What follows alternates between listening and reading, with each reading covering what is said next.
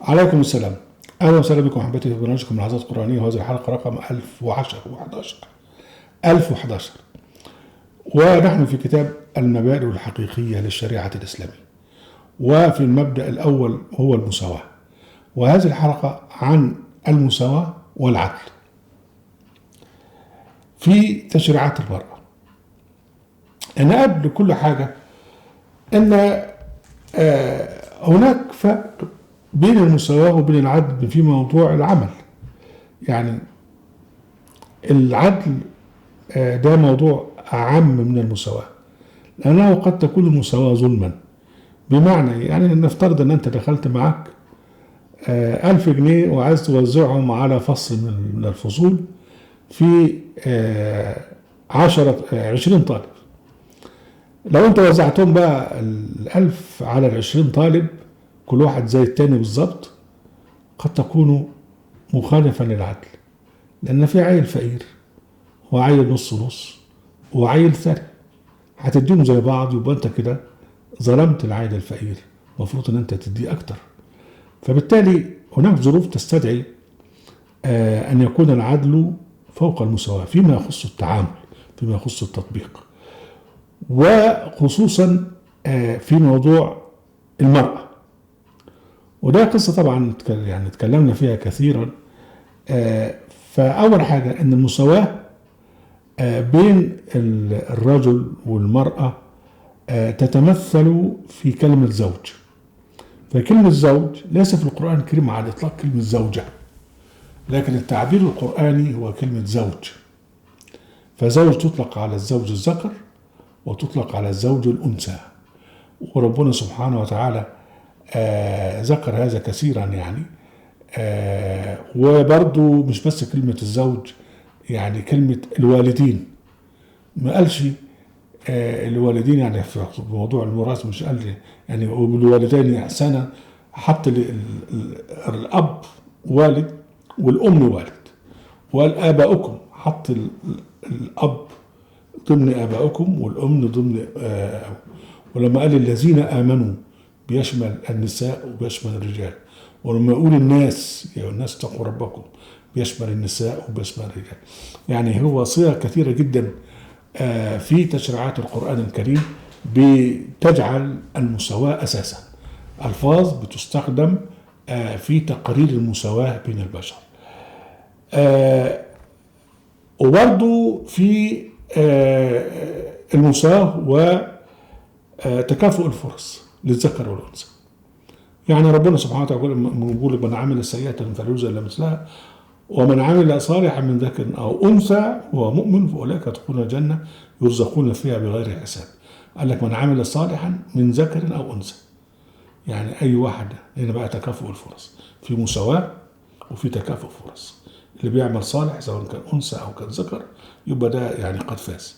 بيقول لك ومن يعمل الصالحات من ذكر أنثى وهو مؤمن فأولئك يدخلون الجنة ولا يظلمون نقيرا، الآية 124 من سورة النساء. من عمل صالحا من ذكر أنثى وهو مؤمن فلنحيينه حياة طيبة ونجزينهم أجرهم بأحسن ما كانوا يعملون. هنا الذكر والأنثى مساواة وفي تكافؤ فرص. اللي بيعمل صالح مش هو بقى أنثى مش هو ذكر، هو بياخد حقه في الجنة. لما نطبق هذا بقى في موضوع الزوج والزوجة، هتلاقي في العدل مش المساواة في حاجات محددة. بمعنى يعني الزوج له القوامة على الزوجة، بس مش القوامة كده أي كلام، لا، المقاومة لأنه الذي ينفق عليها وهو الذي يقوم بمسؤوليتها. فمن هنا بقى لما هو الذي يدفع لها المهر، هو الذي يعني حتى لو طلقها بيدفع لها كذا وبيدفع لها كذا. فبالتالي القوامة ديت بتعطيه أن يعني بعض الحق عليها كما قال وللرجال عليهن درجة. برضو في موضوع الميراث احنا هنلاحظ ان هو يوصيكم الله في اولادكم للذكر مثل حظ الانثيين، وبرضو الاخوات الذكر مثل حظ الانثيين. لكن لما بالنسبه للاب والام الاثنين متساويين، ليه؟ لأن هما الاثنين قاموا بتربية الأولاد، فإذا حد من الأولاد توفى الاثنين بياخدوا نفس الإيه؟ الميراث. إذا هو حكاية الاختلاف في الميراث هو بين الأولاد والبنات يعني، وبين الإخوة والأخوات. ليه؟ لأن البنت لا تدفع مهرا، يعني في عندك ولد وعندك بنت، ابنك لازم يجيب مهر عشان خاطر يتجوز، بنتك بيجي لها مهر، ابنك بيكون مطلوب منه ان هو ينفق وكذا وكذا، البنت بينفق عليه بسبب التكلفة الزائدة على الابن، وبسبب الميزات اللي بتتمتع بها البنت لما تتزوج الى اخره. فبالتالي الابن بياخد ضعف للذكر مثل حظ الانثيين. وبعدين ما هو جايز بقى مش كل الموضوعات كده، هنا بقى بتاعت الوصية. يعني انت شايف مثلا انت عندك بنت ولا حق انها تاخد اكتر، فانت في الوصية لابد ان تراعي هذا وان تكتب لها وصية. يعني يوصيكم الله، يعني كتب عليكم اذا حضر احدكم الموت وان ترك خيرا الوصية للوالدين والاقربين. الوالدين لازم توصي بيهم، وطبعا الاقربين هنا اللي هم الورثة فقط، فالوصية للورثة فقط مش لحد خارج الورثة. عكس طبعا حديث الهرس اللي بيقول لك لا وصية للورث، لا، الوصية للأقربين، الأقربين اللي هم الذين يرثون. فنمرة واحد الوالدين.